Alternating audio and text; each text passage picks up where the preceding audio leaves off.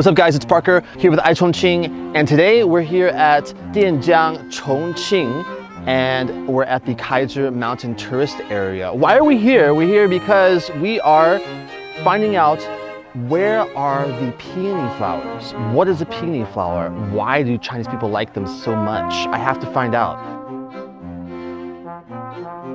The peony flower, or mudanhua as it's called in Chinese, has a history of more than 1,000 years. And the reason Chinese people like it is basically because it looks good, it's beautiful, and it's very, very big, especially the peony flowers here at Kaiser Mountain tourist area. So let me first talk about the different kinds of peony flowers. In China, there are three main kinds of peony flowers, some in Luoyang, Shandong, and Chongqing. And the ones here in Chongqing are native to this area. So they were here for who knows how long, at least 1,000 years. And they're distinguished by their size, and the petals are a lot larger than the other kinds of peonies. So the peony flowers here are really beautiful, really, really big.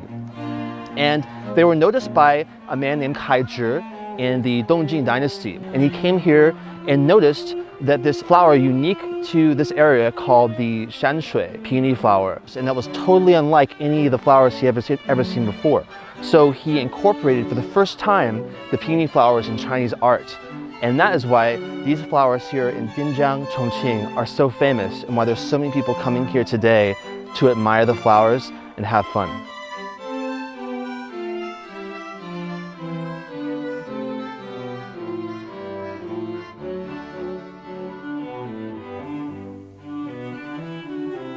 All right, so check this out, guys. These two trees are called the husband and wife tree because they are growing out of the same roots.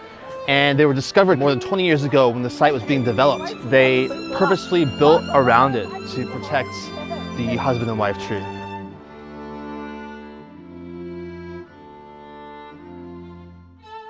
So here we have some really old peony flowers. These are over 100 years old. It's pretty amazing. They look like little trees. You can see bark there. And the bark usually is used for Chinese medicine, but in these flowers, they're just for appearance, just to be pretty. So there's no Chinese medicinal properties in these flowers. All of these flowers are just for looking. Besides flowers, there was a lot more surprises waiting for us there.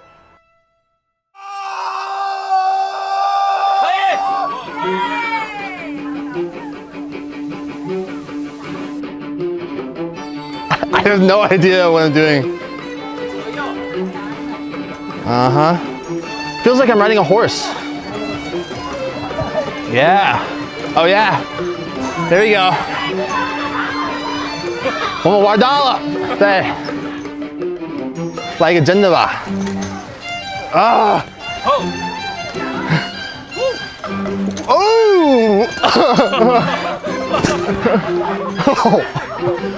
Ooh.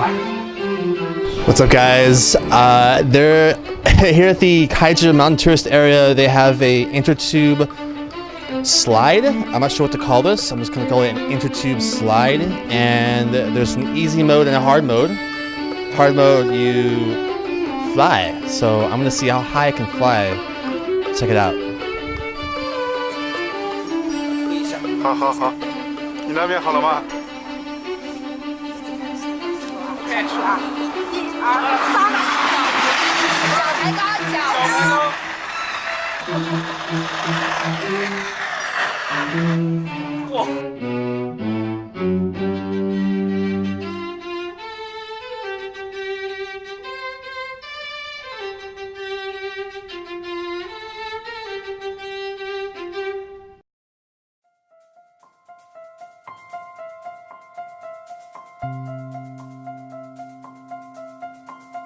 So now I'm at the Dianjiang Shimo Douhua Xiaozhen, and here I'm about to understand and find out more about how the douhua in Dianjiang is different from the douhua in other places in China. So let's check it out.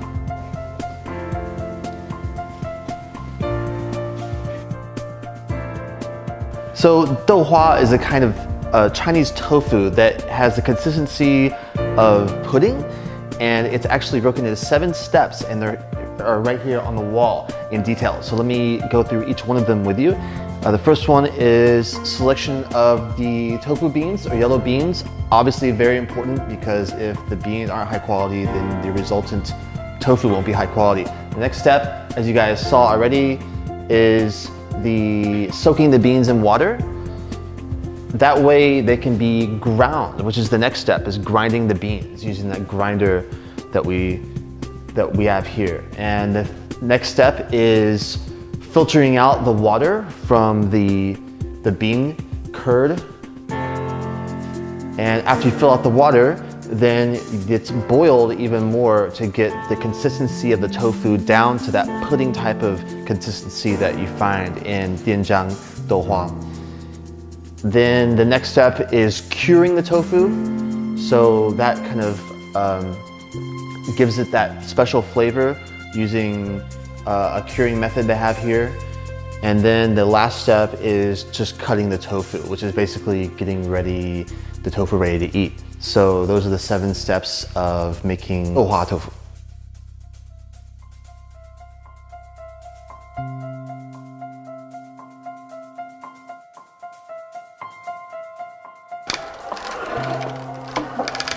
I'm grinding yellow beans to make the kind of tofu, and the beans go in the hole there at the top of the stone and fall in between the 2 stones and grind into that yellow or whitish kind of substance we see leaking out of there, and then it drips into that barrel, and that would be the douhua that we're going to eat later on.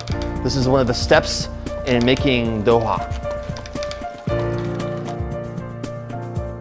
So now we are filtering the tofu in through this filter here to get rid of some of the excess water.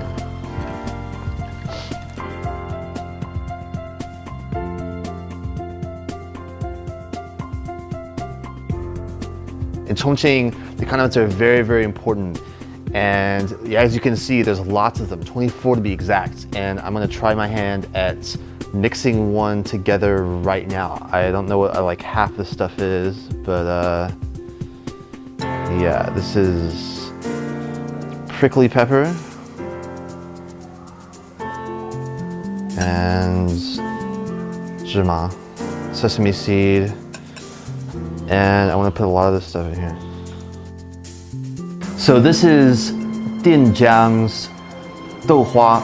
And douhua is a kind of tofu. For those of you who don't know, douhua is basically a congealed type of tofu with the consistency of pudding. It looks like this, it looks like pudding if you shake it, and it's a kind of tofu.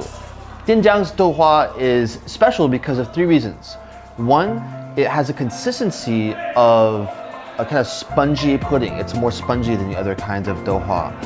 And the second reason is the curing process that is used is special here in Dianjiang. They use a quick curing process, and the curing process involves lots of like a special kind of gravy and organic process that happens. It's really hard to explain in English, but basically they cure it in a way and then gives it that kind of yellowish flavor. And the third reason is because look at all of these ingredients. There's so many here. We've got like green spice peppers, red spice peppers, garlic, all kinds of stuff, tons and tons of ingredients here. And that normally is a lot more than usually what Chongqing people eat in their douhua. This is a lot of spices. People eat it like this. They take the douhua like this, like a little piece of it, and put it in the spice. And then you could either eat it with rice or other stuff. Yeah, it's good. So today I had a really great experience at the Kaizhi Mountain Tourist Area here in Dianjiang, Chongqing. Looked at lots of flowers, learned lots of history, and I had a really good time here learning how to make douhua, a traditional kind of Chinese tofu. So if you guys get the chance, if you're in Chongqing and you want a really interesting day trip, come here to Dianjiang, Chongqing, and check out all the history and cool stuff this place has to offer. And for more interesting stuff and life on the spicy side, check out our website at iChongqing.info.